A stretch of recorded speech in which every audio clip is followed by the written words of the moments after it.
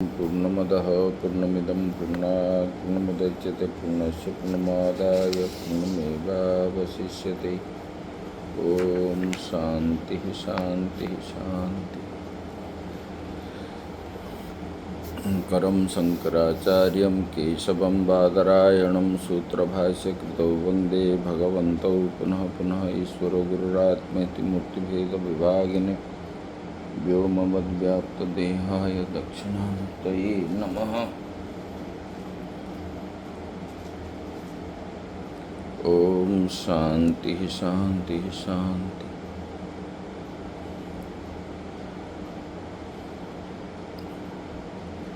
भगवान गोपीजन वल्लभ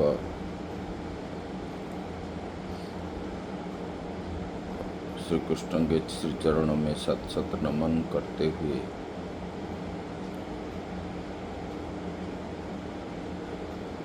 मंचस्थ समस्त महात्माओं के श्री चरणों में नमन।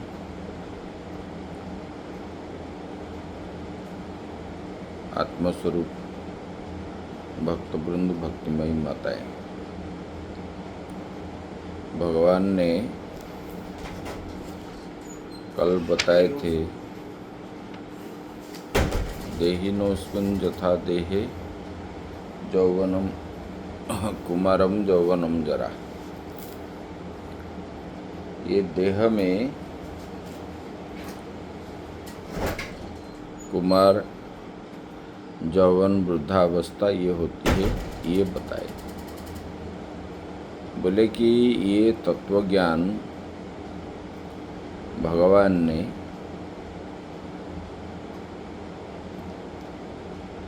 इधर तो बताए गए कि तत्व नहीं कहा जाता है, तो ये तत्व अर्जुन को इसलिए बताए भगवान।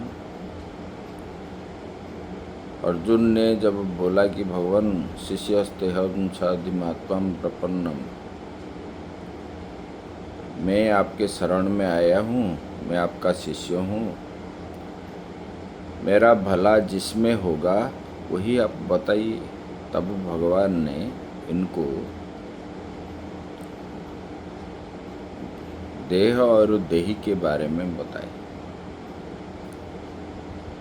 जब अज्ञान निवृत्ति हो जाती है तब ज्ञान का आविर्भाव होता है।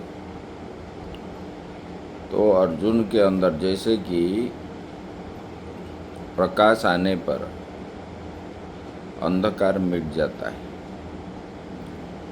ऐसे अर्जुन के अंदर जो अज्ञानता है, अज्ञान का रूपी अंधकार, प्रकाश रूपी आलोक भगवान उनको प्रदान करते हैं, ज्ञान, जिसके द्वारा अर्जुन का मूल अज्ञान जो है नष्ट हो जाएगा। मूल अज्ञान नष्ट होने पर जब इनको ज्ञान हो जाएगा तब उनका कल्याण है। हर व्यक्ति का कल्याण किसमें है? मनुष्य जन्म मिला है, आहार निद्रा मैथुनम भयम च सामान्यम एतत् पशुभिः नराणाम्। ये तो पशु पक्षी आदि करते हैं, भोजन करना, सोना, संतान उत्पत्ति करना, भय करना, ये तो सामान्य सब जीवों के अंदर है, सब प्राणियों के अंदर है। तो मनुष्य को श्रेष्ठ प्राणी कहा गया इसलिए कि ये शरीर के द्वारा ही परमात्मा का भजन हो सकता है, होता है, और वो परमात्मा को प्राप्ति कर सकता है। अगर मनुष्य जन्म मिलने के बाद परमात्मा को प्राप्ति नहीं किया तो ये मनुष्य क्या है? बोले कि पशु के समान है। पशु किसको बोलते हैं? विषयान पश्यति इति पशु, जो विषयों को चाहते हैं उसको पशु कहा जाता है। तो ये मनुष्य होने पर भी वो पशु तुल्य है। इसलिए जैसे कि हर पिता माता चाहते हैं कि मेरा संतान अच्छा बने, ऐसे भगवान भी चाहते हैं हर जो है जीव का चरित्र, मन बुद्धि आदि शुद्ध सात्विक हो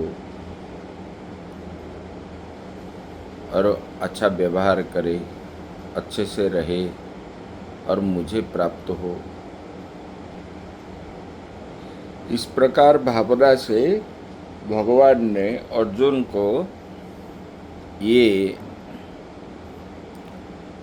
तत्व ज्ञान की उपदेश किए।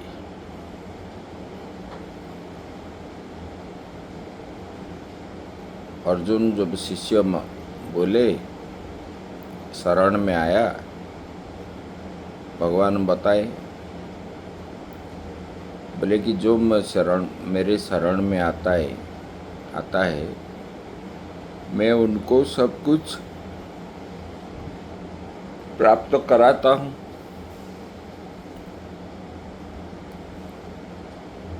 तो इसलिए वो अज्ञानता नष्ट कराने के लिए भगवान ने बताया।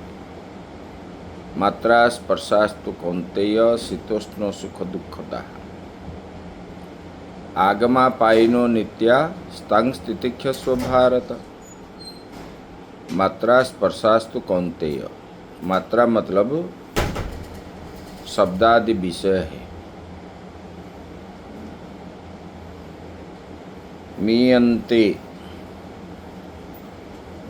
अभी मीयन्ते शब्दादय इति श्रोतादीनि इंद्रियाणि।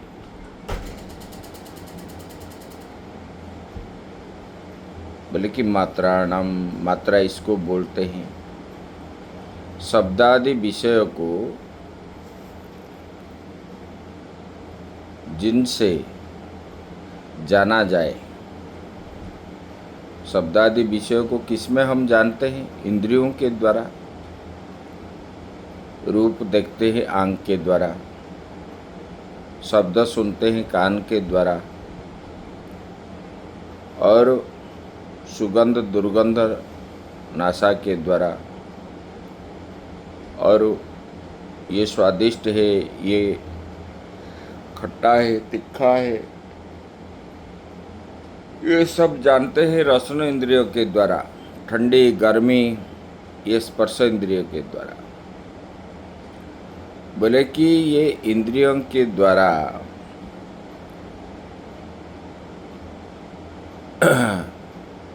ये विषय और इंद्रियों का संयोग होने पर तो जीव को क्या होता है? सुख होता है, दुख होता है। शीत उष्ण मतलब क्या है? सुख और दुख। बोले कि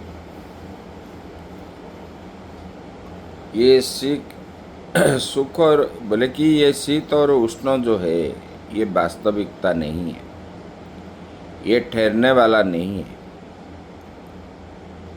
आंधी जैसे वो आता है चला जाता है, इसी प्रकार का है। इसलिए भगवान ने बताए, बोले कि जो नित्यता नहीं है, अनित्य वस्तु के प्रति श्रद्धा करने से उनको क्या मिलेगा?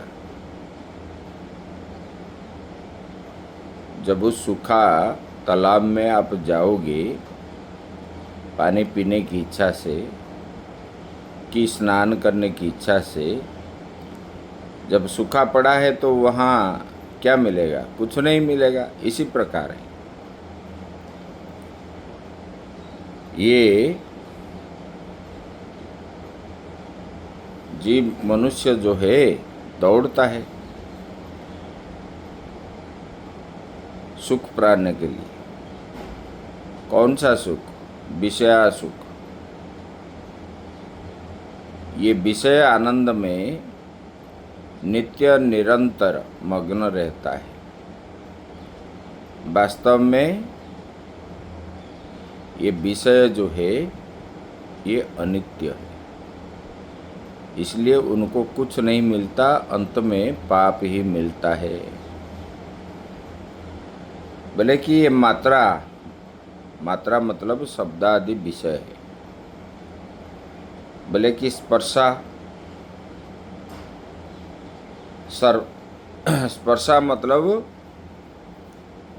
जो विषय है इसका जो है संयोग से, स्पर्शा मतलब संयोग से शीतोष्ण सुख दुखदा। शीत मतलब सुख है, उष्ण मतलब दुख है। शीत उष्ण सुखम दुखम च प्रयच्छन्ति इति। बोले कि वे सब क्या है?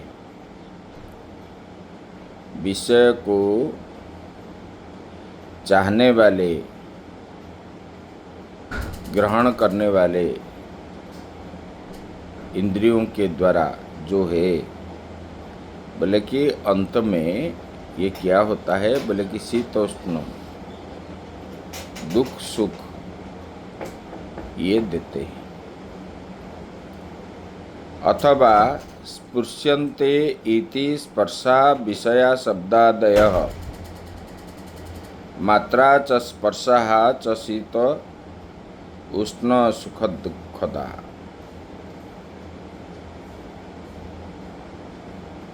अथवा जिनका स्पर्श किया जाता है वह स्पर्श है, अर्थात शब्दादि विषय। बोले कि मात्रा और स्पर्शा यानी श्रोत्रादि इंद्रिया और शब्दादि विषय, बोले कि ये क्या है? बोले कि ये सुख और दुख है, शीत और उष्ण है। बोले कि शीतम कदाचित सुखम कदाचित दुखम। कभी शीत भी क्या है? सुख देता है, कभी दुख भी देता है। ज़्यादा ठंडी बढ़ जाता है तो दुख मिलता है। बोले कि तथा उष्णम अपि, ये गर्मी भी जो कभी सुख मिलता है कभी दुख मिलता है। जब ज़्यादा ठंडी है तब आपको उष्णता से सुख प्राप्त होता है,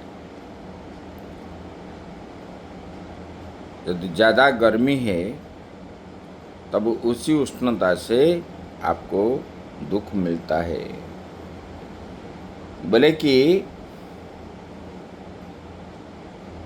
अनियत रूपम सुख दुखे पुनः नियत रूपे यतो न व्यभिचरतः अतः ताभ्याम पृथक शीतोष्णयोः ग्रहणम।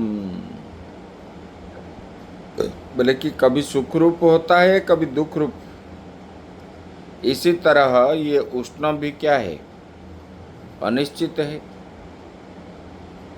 शीतोष्ण आदि क्या है? बोले कि ये कब अनिश्चित रूप है, परंतु सुख और दुख जो है निश्चित रूप है, क्योंकि उनमें व्यभिचार नहीं होता। इसलिए ये सुख दुख अलग है, शीत और उष्ण ग्रहण किया गया है। बोले कि यस्मात् ते मात्रा स्पर्शादयः। बोले कि जिससे कि वे मात्रा स्पर्शादि, बोले कि इंद्रिया उनके विषय और उनके संयोग, ये मात्रा स्पर्शादय जो बताया, बोले कि आगमापायिनो, आगम अपायन, अपायन तस्मात्, बोले कि उत्पत्ति, बोले कि इससे अनित्य है। ये आगमा अपायिनो, बोले कि ये आगम अपायिनो, बोले कि ये सुख दुख क्या है? बोले कि ये उत्पत्ति और विनाशशील है। बोले कि इंद्रियों के द्वारा आप जो विषयों को ग्रहण करते हो, ये उत्पन्न होता है, फिर जो है मिट भी जाता है। सुख उत्पन्न होता है, सुख खत्म हो जाता है। दुख भी उत्पन्न होता है, दुख भी खत्म हो जाता है। इसलिए ये क्या है? नित्य नहीं है, ये अनित्य है। क्षणिक सुख दुख आपको प्राप्त होता है। बोले कि इसलिए क्या करना चाहिए? बोले कि आगमापायिनो, आगम अपायिनो अनित्य, अनित्याः। बोले कि इसलिए, बोले कि ये जो उत्पन्न होता है सुख दुख शीतोष्ण आदि, ये अपायिनो मतलब नित्य नहीं है। बोले कि इसको, इसलिए ये अनित्य है। अनित्य होने के कारण कौन? सुख दुख आदि, मतलब ये मात्रा स्पर्शास्तु, जो विषय इंद्रिय का जो संयोग होता है उससे और जो सुख दुख प्राप्त होता है, ये सुख दुख अनित्य होने के कारण वो ठहरता नहीं है। ये नित्य नहीं है। नित्य मतलब जो तीनों काल में रहेगा, अनित्य। ये अनित्य होने के कारण भगवान बताते हैं, बोले कि इनको क्या है? ताम, ये सुख दुख को, जिससे सुख दुख आपको प्राप्त होता है, बोले कि उसको क्या करना चाहिए? बोले तितिक्षस्व, बोले कि उसको त्याग दो। बोले कि हे अर्जुन, भारत मतलब अर्जुन, तितिक्षस्व, इसको त्याग दो, तितिक्षा कर दो। बोले कि प्रसहस्व तेषु हर्षम विषादम चमा कार्षिहि, बोले कि इसलिए शीतोष्ण आदि को तू क्या कर, सहन कर। सहन करने से, बोले कि किस प्रकार? बोले कि कभी हर्ष होता है, कभी दुख होता है, उसको सहन कर। ये हर्ष और विषाद इसको मत करो, बस चुप होके रह जाओ। ये आएगा चला जाएगा, सुख आएगा चला जाएगा, दुख आएगा चला जाएगा। ये नित्य नहीं है। इसलिए उसको क्या करना चाहिए? सहन करना चाहिए। बोले कि इसको सहन करने से क्या होगा?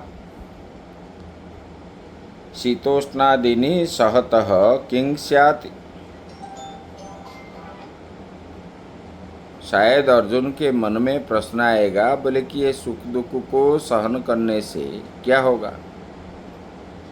बोले कि अभी तुम सुनो, हम बताते हैं, आगे श्लोक में बताते हैं। यं हि न व्यथयन्ति ते पुरुषं पुरुषर्षभः समसुख समदुःख सुखम धीरम सुमृतत्वाय कल्पते। बोले कि यं ही न व्यथयन्ति ते, बोले कि यं ही सम सुखम दिखम, बोले कि समय दुख सुखे यस्य तम सम दुख सुखम, सुख दुख प्राप्तौ हर्ष विषाद रहितम। बोले कि सुख दुख कैसा है? बोले कि समान भाव से। सुख आया तो ज़्यादा आनंद नहीं होना है, दुख आया तो विषाद नहीं करना है। बोले कि धीर होके रहना है, उछलना नहीं है कि शोक भी करना नहीं है। बोले कि ये सुख दुख को समान समझने वाले, जिसके दृष्टि से सुख दुख समान है, भगवान ने यहाँ बताए। बोले कि दुख सुखे यस्य तम सम दुख सुखम, सुख दुख प्राप्तौ हर्ष विषाद रहितम। ना हर्षित होना है, ना विषाद भी करना है। बोले कि ये कौन करता है? बोले कि धीरम। धीरम मतलब बुद्धिमान। बुद्धिमान जो होते हैं, ज्ञानी जो होते हैं, वो क्या है, सुख दुख में ना उछलते हैं, ना विषाद हो करके रहते, दुख करके रहते। बोले कि समान भाव से। बोले कि ऐसे। बोले कि धीमान। बोले कि न व्यथयंती, उनको व्यथा प्रदान नहीं करते। जैसे कि हमको कहीं चोट लगने से दुख आता है और कहीं कुछ मिल गया तो सुख आता है, तो ये व्यथा से सुख दुख आदि प्राप्त होता है। बोले कि ऐसे ज्ञानी को ये सुख दुख न व्यथयंती, व्यथा पहुंचाता नहीं, न चालयंती। नित्य आत्मदर्शनात् एते यथोक्ता शीतोष्णादय। बोले कि बुद्धिमान पुरुष को शीतोष्ण आदि व्यथा नहीं पहुंचा सकते। अर्थात बोले किस लिए? बोले कि आत्मदर्शन से। आत्मदर्शन के द्वारा उनके अंदर जो है वो क्या सोचता है? वो सोचता है कि आत्मा ही सब कुछ है और बाकी संसार में सब मिथ्या है, ब्रह्म ही सत्य, जगत मिथ्या। इस भावना से उनके मन में कभी ना सुख होता है, ना कभी दुख होता है। आत्मदर्शन से वो विचलित नहीं कर सकते। बोले कि वह नित्य आत्मदर्शन निष्ठो द्वंद्व सहिष्णु हूँ। नित्य बोलना ही नहीं है, नित्य निरंतर जो है आत्मदर्शन निष्ठ और शीतोष्ण आदि मतलब सुख दुख आदि को सहन करने वाला पुरुष। बोले कि वही धीर पुरुष है। बोले कि जो आत्मदर्शन से न आनंद होता है, बोले कि और ना शीतोष्ण आदि द्वंद्व के सहन करने वाला, बोले कि द्वंद्व आदि से ना उनको सुख दुख पहुंचता है। बोले कि ऐसे वाले धीर पुरुष क्या करता है? अमृतत्वाय कल्पते। कल्पते मतलब समर्थ। बोले किसमें? बोले कि अमृत को प्राप्त करने से समर्थवान होता है। अमृत मतलब मोक्षों को, मोक्ष को प्राप्ति करने के लिए। बोले कि किसको? बोले कि जिन्होंने सुख और दुख आदि को समान जान लिया, क्योंकि ये सुख दुख अनित्य है ऐसा मान लिया। नित्य वस्तु में जिनका मन नित्य निरंतर लगा रहा, आत्म वस्तु ही सत्य है, इस प्रकार जो धीर पुरुष के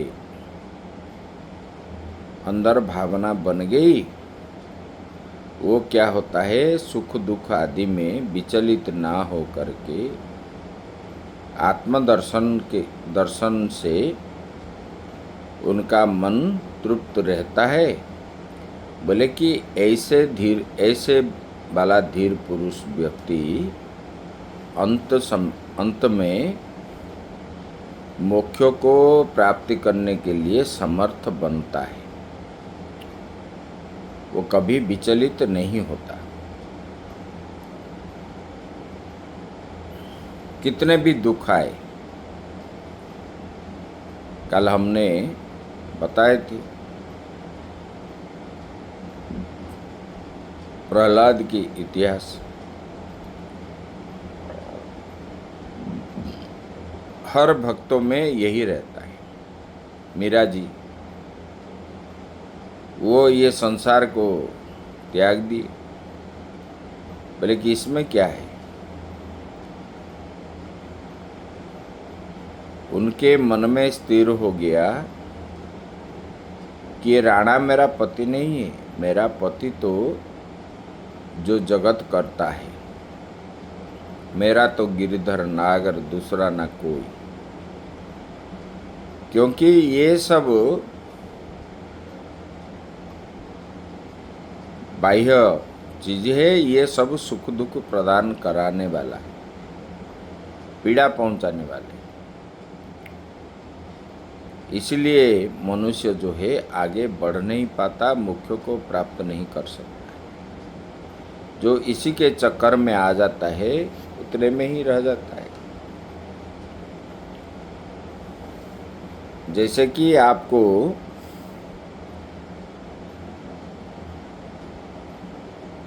आपका घर अभी आपको मालूम होता, मतलब पड़ गया कि अभी छत गिरने वाला है,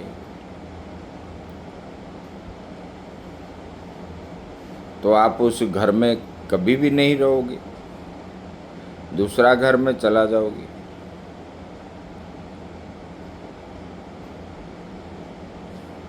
तो ऐसे अज्ञान जब मालूम हो जाता है,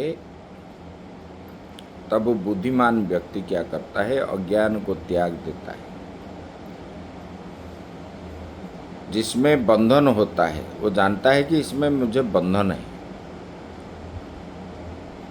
जैसे कि आप बाजार में जाते हो तो सब्जी लाने के लिए 50 सब्जी जैसे नहीं लाते, अच्छा वाला सब्जी खरीद करके लाते हैं।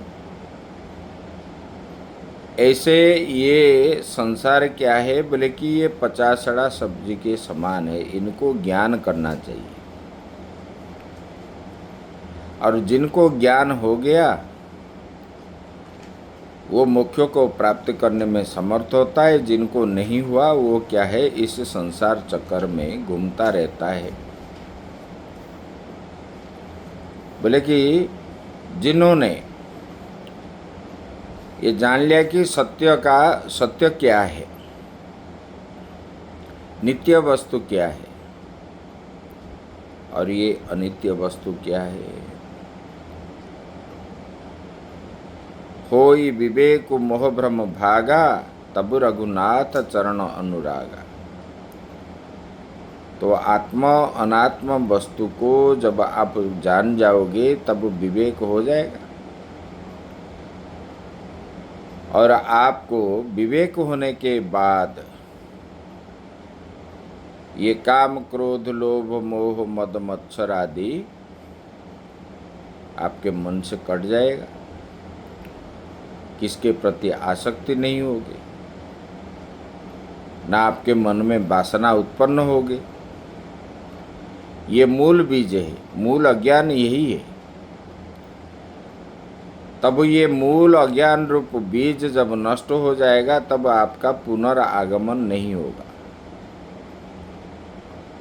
तब भगवान आपको प्राप्त होंगे, यही बताया।